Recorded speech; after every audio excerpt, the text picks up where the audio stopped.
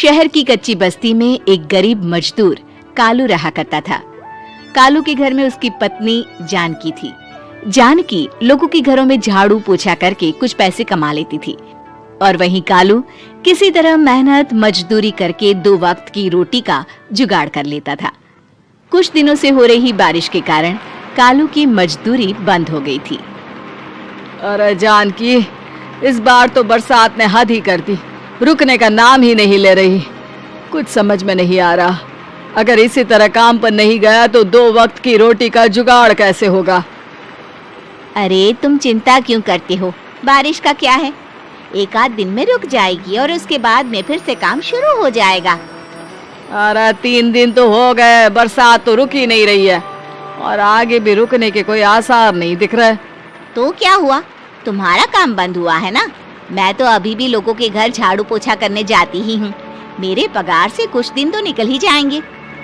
अरे घर का खर्चा तो हम किसी तरह चला लेंगे जानकी, लेकिन ये जो छत टपक रही है इसका क्या करेंगे? ये बात तो आपकी सही है।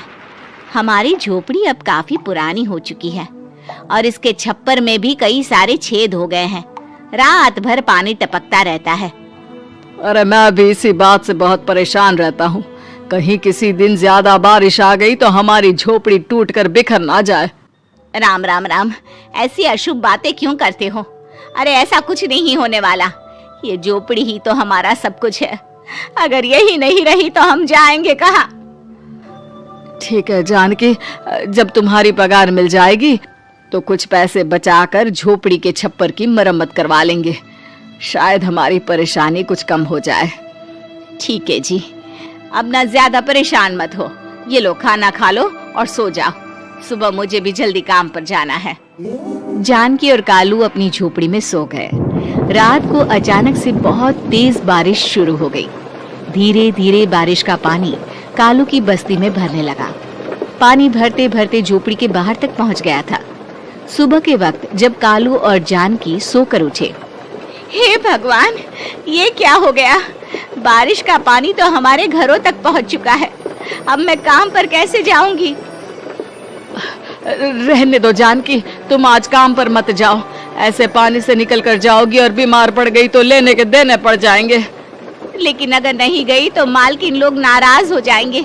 आप जानते हैं ना, बड़ी मुश्किल से 1 दिन की छुट्टी भी नहीं देती है। अरे लेकिन जानकी, झोपड़ी के बाहर तो पूरी बस्ती में पानी भरा है, तुम जाओगी कैसे?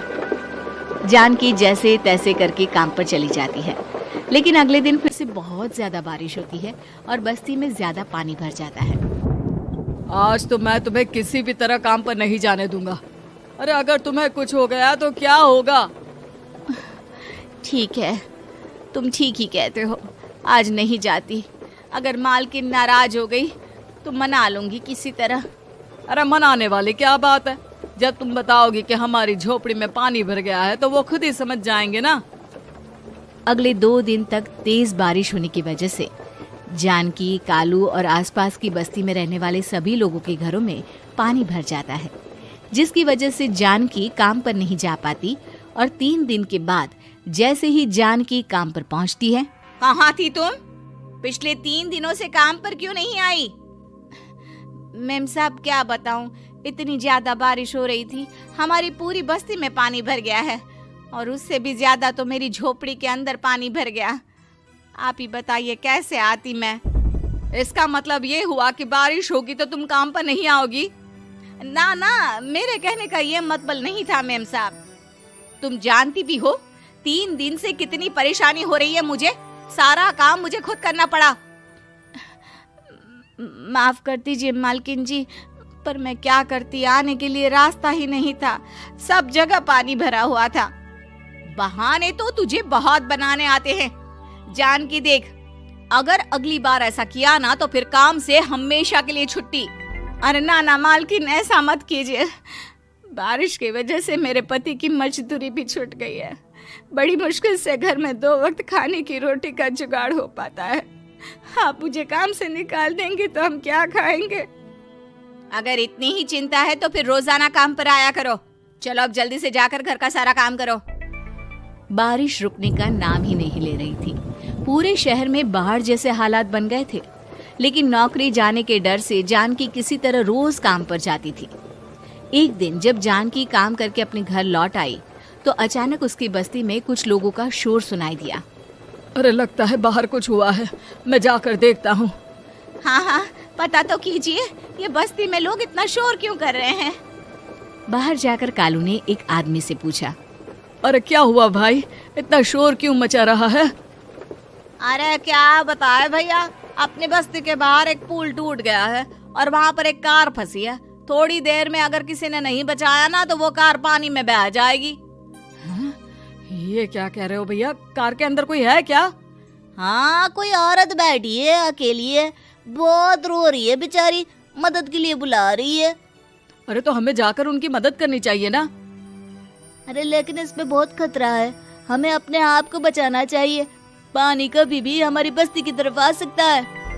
अरे तुम्हें नहीं चलना तो मत चलो, लेकिन मैं तो जाकर उस औरत की मदद जरूर करूंगा। कालू उस जगह पर पहुंचता है जहां वो औरत कार में फंसी हुई थी। वहां पर पानी का बहाव बहुत तेज था और सारा पानी कालू की बस्ती की तरफ ही आ रहा था।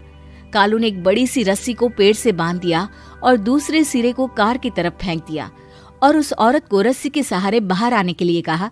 तभी वहां जानकी भी दौड़ती हुई आई। अरे ये तो मेरी मालकिन है, जिनके यहाँ मैं काम करने जाती हूँ। अरे मैडम जी, आप डरिएगा मत, आपको कुछ नहीं होगा।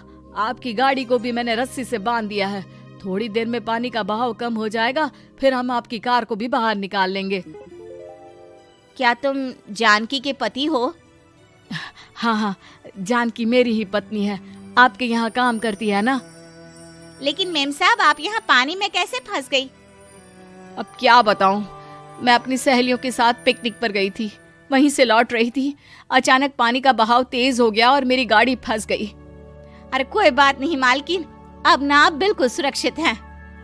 मैं तो बहुत बुरी तरह डर गई थी, कब से मदद के लिए चिल्ला रही थी, लेकिन कोई मेरी मदद के लिए नहीं आया। भला हो तुम्हारा पति का जिसने मेरी जान बचा ली। लेकिन जानकी, मैंने तुम्हारे साथ बहुत गलत व्यवहार किया। इतने खराब मौसम और बाढ़ में भी तुम्हें काम पर आने के लिए कहा, नौकरी से निकालने की धमकी भी दी, और तुमने मेरी जान बचाई। मुझे माफ कर दो। अरे कोई बात नहीं मालकिन, आपकी जान बचाना तो हमारा धर्म था। देखो जानकी, तुम्हारी झोपड़ी में जो भी नुकसान हुआ है उसके लिए मैं तुम्हें पैसे दूंगी।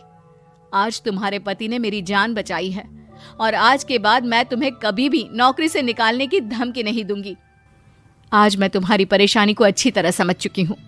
हम जैसे पैसे वाले लोगों के लिए अपने घर में बैठकर बारिश का मजा लेना बहुत आसान है, लेकिन तुम गरीब लोगों के लिए बाढ़ और बारिश काफी परेशानी खड़ी कर देते हैं। ये बात मुझे आज अच्छी तरह समझ आ गई है। आपका बहुत बहुत धन्यवाद मालिक।